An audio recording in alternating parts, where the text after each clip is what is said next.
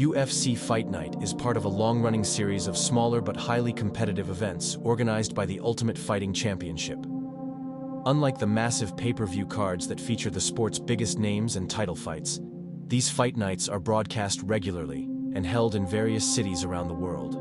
On October 18, 2025, one of these events took place in Vancouver, Canada, and was broadcast live to millions of viewers around the world. The night had been running smoothly, filled with intense matchups, passionate crowds, and the familiar energy.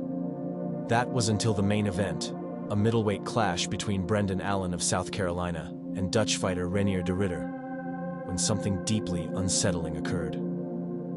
As Brendan Allen began his walkout toward the octagon, cameras followed him down the arena tunnel, capturing every moment of the build-up. Suddenly, a fan wearing a distinctive red and black luchador mask leaned over the barricade and briefly held his phone directly into the camera's view. At first, this seemed like typical fan behavior, until viewers noticed what was on the phone screen. Displayed on the device was a chilling image, a photograph of what appeared to be an unconscious person, lying motionless with their face partially obscured. The image flashed for only a second, but it was clear enough to send shockwaves through those watching the broadcast. Within hours, clips of the moment began circulating online, quickly going viral across social media platforms. The UFC community was left stunned and confused. Speculation spread rapidly, with some claiming the photo depicted a missing woman or a hostage being held by the masked fan. The rumor grew even further, with some claiming that the FBI had gotten involved and was now investigating the man in the video, but there's been no official confirmation to support that.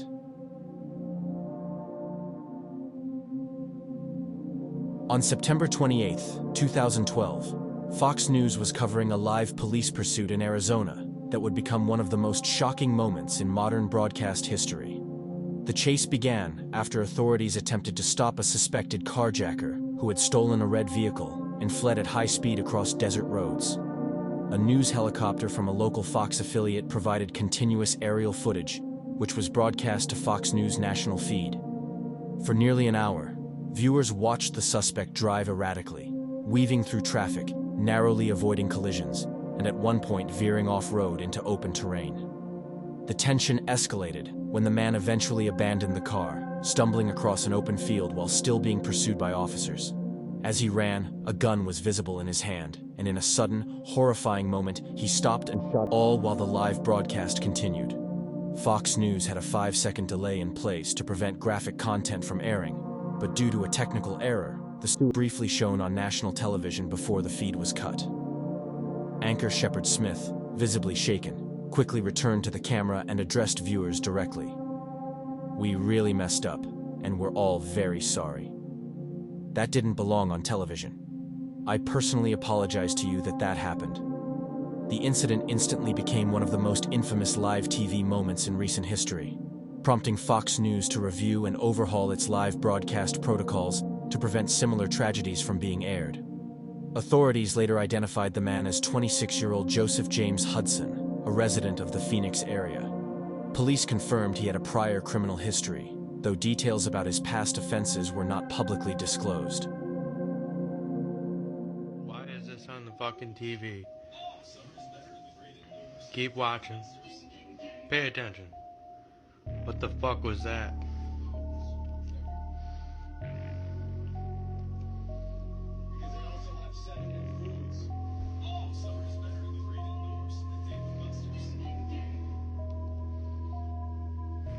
What the fuck is that? This next live TV moment is hard to verify since only one clip of it seems to exist, which makes its authenticity questionable. In the TikTok, a man records his TV while watching Impractical Jokers on True TV. During a commercial break, a Lowe's ad begins playing until suddenly a creepy image of a girl flashes on the screen for a few seconds, before the commercial continues as normal. After coming across this video, I tried searching for discussions or forum posts about a possible broadcast hijacking at the time of the recording, which could explain the creepy image popping up. But I couldn't find anything to support or confirm this possibility. That comes right from the government services, comes right out of Border Patrol. Take a look at that. So that arrow is the lowest amount of illegal immigration ever in recorded history into our country. And then the worst president in the history of our country took over. And look what happened to our country. Probably 20 million people. And you know, that's a little bit old, that chart. That chart's a couple of months old. And if you want to really see something that's said, take a look at what happened. On July 13th, 2024, during a campaign rally held by Donald Trump at the Butler Farm Show grounds near Butler, Pennsylvania, what began as a routine political event for an estimated 15,000 attendees suddenly turned into an assassination attempt. Trump was in the middle of his speech about border security when 8 shots were fired from a nearby rooftop, sending the crowd into panic. One bullet grazed Trump's right ear, while another fatally struck Corey Comparatore, a 50-year-old former fire chief attending the rally. 2 other people in the audience were seriously wounded, and several rounds hit the metal framework and teleprompters near the stage. Secret Service agents immediately rushed to protect Trump, tackling him to the ground. Moments later, as they helped him to his feet, he was seen with blood on his ear and face. In a now viral moment, Trump raised his fist to the crowd before being escorted away. The entire scene was broadcast live across major news networks and social media, quickly becoming one of the most replayed moments of the year. That night, over 19 million people were watching live coverage of the rally and its aftermath on television, a number that grew even higher as footage of the incident spread online within minutes. The shooter, Thomas Matthew Crooks, a 20-year-old from Bethel Park, Pennsylvania, was swiftly located by Secret Service counter-snipers and shot dead before he could fire again. Law enforcement units secured the area, searching for accomplices or explosives. The FBI soon took control of the investigation, confirming that Crooks had acted alone and used a semi-automatic rifle in what was officially classified as an attempted assassination of a former president. Choose to reveal your secret crush on someone. A, would you write that person a letter? B, would you tell the person in private in case he rejects you? Or C, would you tell that person that you're gay and you hope he is on national television?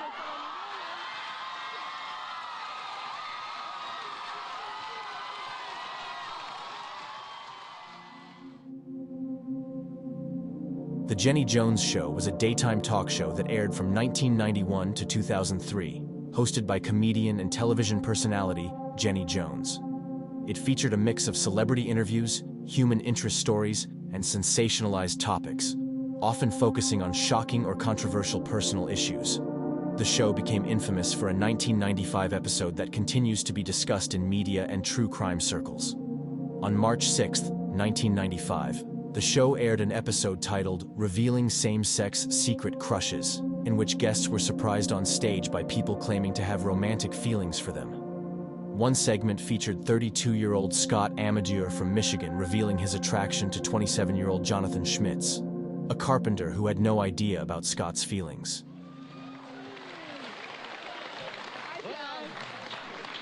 Did you think Donna had the crush on you? Did I? No, we're good friends. Well, guess what? It's Scott that has the crush on you. You lied to me. Before we talk, take a look at, we'll show a little playback of what Scott said about you. John, take a look at that monitor right down here? there. Well, it entails like whipped cream and champagne, stuff like that.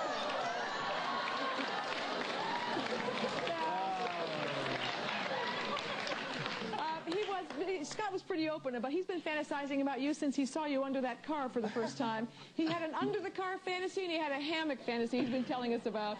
Did you have any idea that he liked you this much? No, I did not. Can you tell us what your status is? Are you involved with anybody, or? No, but I am definitely heterosexual, I guess you could say.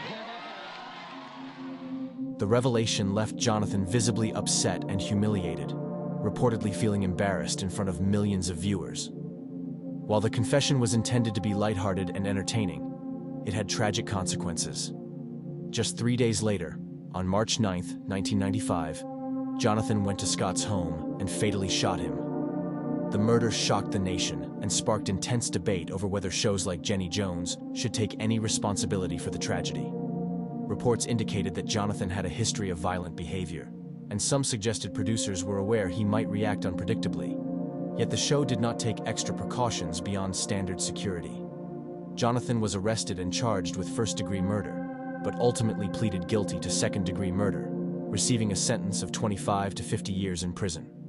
Scott's family filed a wrongful death lawsuit against the show, which was later dismissed. The incident led to broader discussions about the ethics of ambushing guests, and remains a cautionary example of the dangers of exploiting personal secrets for entertainment.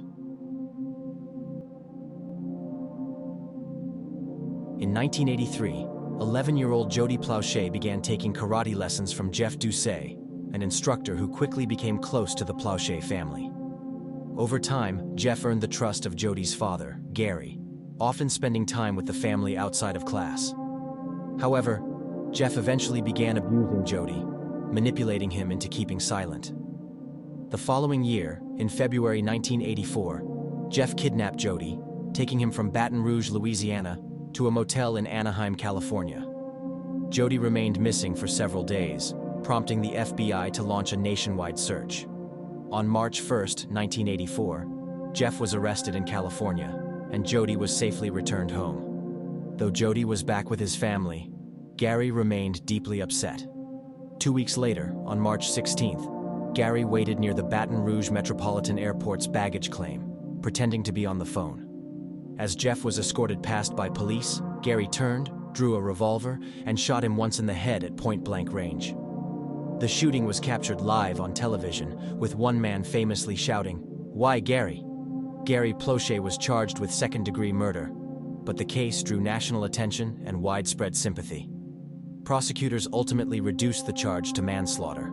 He received a 7-year suspended sentence, 5 years of probation, and 300 hours of community service, meaning he served no jail time. Today, Jody Plauché is an advocate for child safety and sexual abuse prevention, sharing his story through public speaking and writing.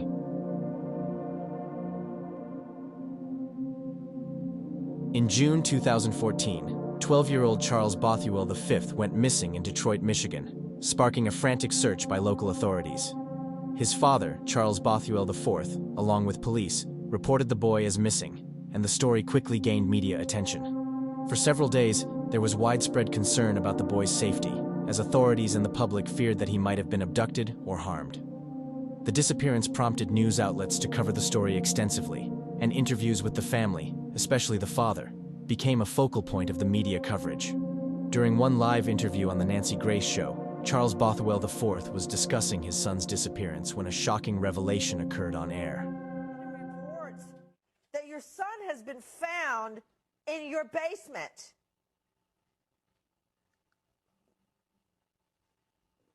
Sir? Mr. Bothwell, are you... What? Yeah, we are getting reports that your son has been found alive in your basement. What? Yes, that's what, if you could hand me that wire very quickly. Yeah, we're getting that right now from yeah, how could your son be alive in your basement?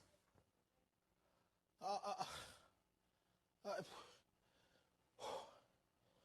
shit. I have no idea.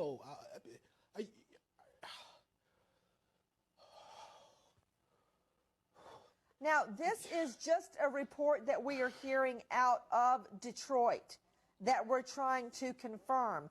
The boy has been found alive in Daddy's basement. As the interview was unfolding, news producers informed him that Charles had been found alive, not in a stranger's home or kidnapped elsewhere, but hiding in the family's own basement. The father's reaction was one of utter shock and disbelief, as he had previously stated that he had searched the basement and was unaware of his son's presence. This moment, broadcast live to viewers across the nation, captured a rare instance of a breaking story intersecting with a live emotional reaction. Authorities later revealed that Charles had been hiding behind a barricade of boxes and a 55-gallon drum in the basement. Investigators determined that the boy was fearful of his father and stepmother due to their strict and abusive disciplinary methods, including excessive exercise regimens and other forms of physical punishment. The case quickly transitioned from a missing child investigation to a child abuse investigation, drawing intense scrutiny to both parents and raising questions about the household environment in which Charles was living. Ultimately, Charles Bothwell IV and his wife, Monique Dillard Bothwell, faced legal consequences. Charles IV pleaded guilty to fourth-degree child abuse and received probation and anger management classes, while Monique also faced charges as part of a plea deal. The exact details of her sentence were not publicly disclosed.